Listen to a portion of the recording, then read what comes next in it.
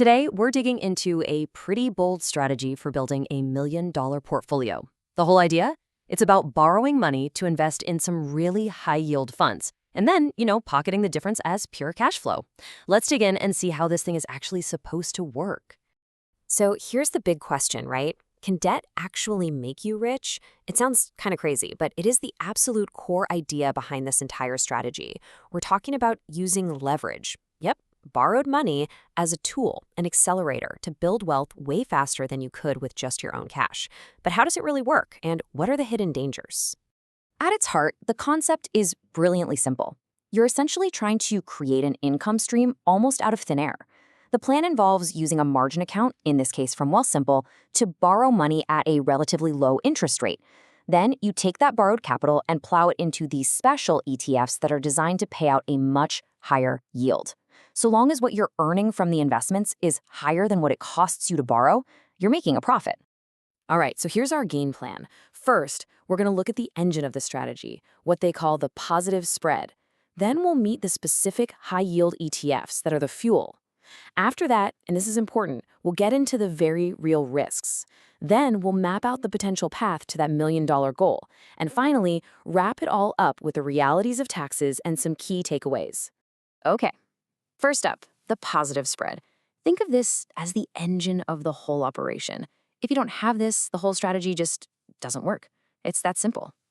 So what is a positive spread? Well, it's just the profit you make when your investment returns are bigger than your borrowing costs. Your investments are making you money, your loan is costing you money. As long as the number on the earning side is bigger than the number on the cost side, you're generating a net profit. You're in the green. Let's look at the first part of that equation, the cost. According to the source material, the Wealthsimple margin account has a borrowing rate of 4.95% a year. That's the number to beat. That's the hurdle your investments have to clear. And here's the other side of that equation. Whoa. The specific portfolio of ETFs used in the strategy kicks off a massive average yield of 23.46%. You can see right away there is a huge gap between the cost to borrow and that potential return. And what's really interesting is seeing how the math actually breaks down. So let's say you borrow 10 grand. The portfolio is projected to yield about $2,346 a year. Your interest cost on that loan is just under $500. That leaves you with a net profit, your positive spread, of over $1,800 a year. Or to put it another way, that's about $154 in your pocket every single month. That is the passive income stream this whole strategy is built to create. So, what are these magical investments making all this happen? Let's pop the hood and look at the actual components that make up this machine. The portfolio is basically a mix of 5 different covered call ETFs. Now, in simple terms, these funds make money by selling options on the stocks they own. The 2 biggest pieces of the pie are HIIS.to, which is kind of the workhorse, and HYLD.to, the stabilizer. But you can see there's that small but very potent slice of the portfolio that really cranks up the overall yield.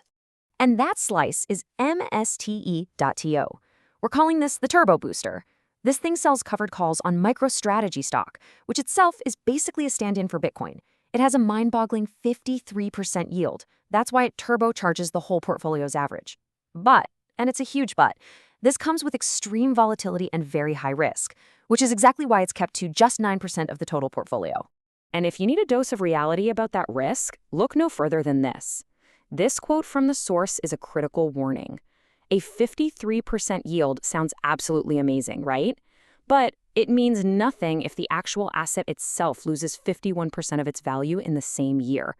This really shines a spotlight on a huge risk we need to talk about next.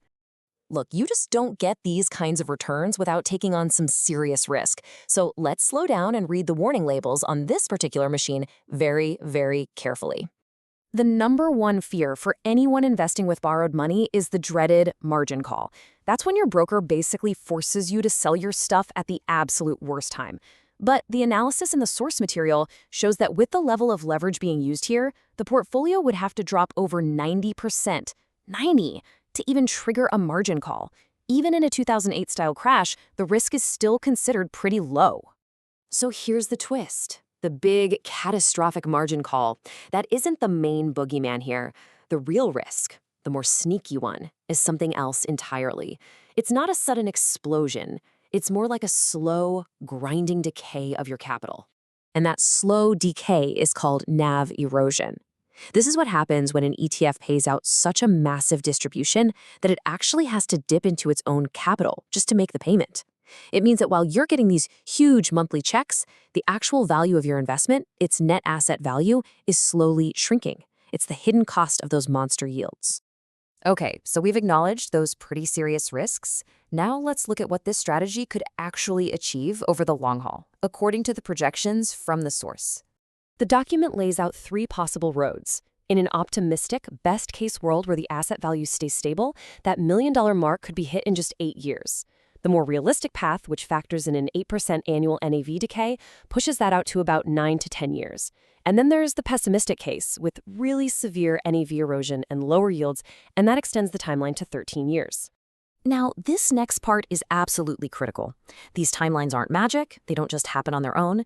They assume that you are aggressively contributing your own money, we're talking between $15,000 and $30,000 a year, and that you're reinvesting every single penny of the income to let that compounding do its thing. This is definitely not a set-it-and-forget-it plan. Okay, finally, let's get into the fine print. Because no investment strategy exists in a vacuum. We have to talk about taxes and the most important rules for actually managing a system like this. Because you're doing this in a non-registered margin account, taxes are a major drag on your performance. Those monthly distributions you get are taxed as regular income.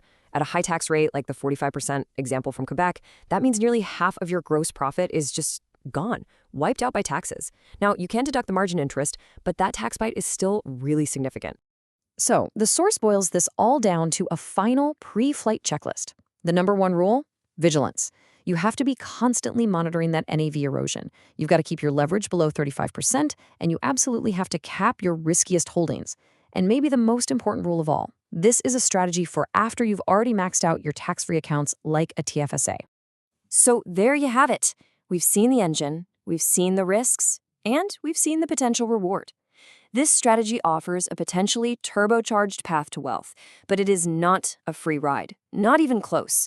It demands constant attention, and it demands a high tolerance for risk, which really brings us to the final question you have to ask yourself. Is the potential profit worth the constant price of vigilance?